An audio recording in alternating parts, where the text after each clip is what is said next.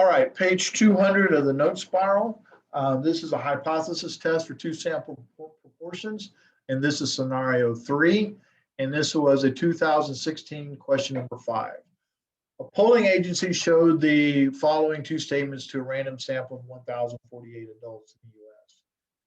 Protection of the environment should be given priority over economic growth, and economic growth should be given priority over protection of the environment. So we have two statements. Do we prefer the economy? Do we prefer the environment? All right. The order of the statements were shown was randomly selected for each person in the sample. And they didn't say why, but I'm sure that it was so that it would not impact the outcome. It's a control for other things. After reading the statements, each person was asked to choose a statement that was most consistent with his or her opinion. The results were shown in the table. Well, 58% chose the environmental statement, 37% chose the economy statement, 5% had no preference, okay? And let's check that out real quickly. So we had 0.58 plus 0.37 plus 0.05. Adds up to one whole, so we're good. All right. So remember, these are supposed to be Bernoulli statements or binomial. We have a yes, no. Well, either they're in favor of the environment or they're not, or we say either they're in favor of the economy or they're not. So we have two separate groups. All right. So assume that the conditions for inference have been met, construct and interpret a 95% confidence interval for the proportion of all adults in the United States who would have chosen the economy statement. So we want to know who's in favor of the economy. Now, that's a one proportion. So P naught is the true population proportion of adults who would have chosen the economy statement. All right. And so we're going to write down our equation for a confidence interval, which is going to be P hat plus or minus Z star, P hat, Q hat over N, and Q hat equals 1 minus P hat. We're supposed to do a 95% confidence interval, so let's go ahead and do that. So find Z star.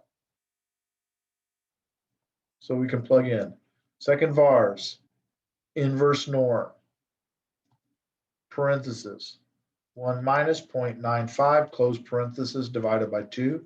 Mean is 0, standard deviation of 1, because we're working with the Z.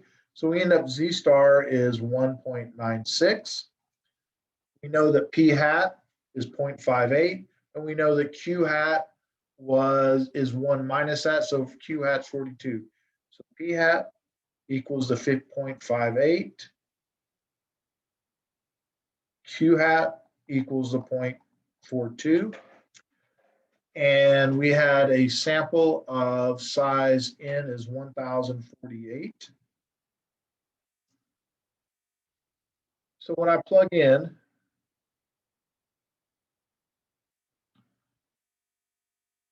well, we're supposed to do we're supposed to have done the economy statement. So I need to change those two values. So P hat's not that. P hat is 0.37, and 1 minus that is 0.63. So 0.37, that's the one who preferred the economy, and 37 and 63. So let's do a one proportion Z interval. Second vars, not second vars, stat test, one proportion Z interval.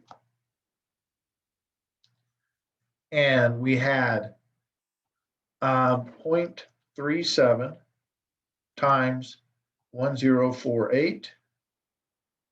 This is 1048. Now look at this. That, unfortunately, is not a whole number. So I need to make it a whole number. And in this case, I'm just going to round it up to 388. All right. I could have rounded it down, but rounding up makes more sense.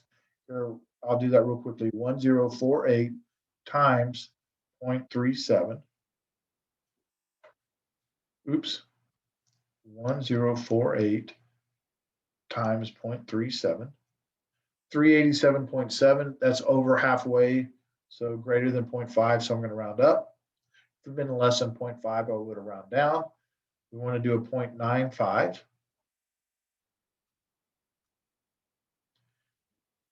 And so somewhere between 34 and 40% would have chosen the economy.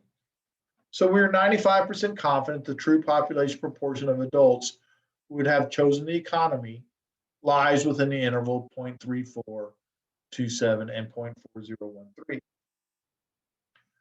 One of the conditions for inference that was met is that the number who chose the economy statement and the number who did not choose the economy statement are both greater than 10. Explain why it is necessary for this condition. The condition is necessary to ensure that the sample is large enough to use the normal approximation for the binomial. Because when you're working with these types of problems, this is really a binomial problem. Okay, this is technically a binomial, but we use the normal, so we have to make sure that NP and NQ are large enough to do so. All right. And I didn't show my work on conditions because it said assume the conditions for inference have been met.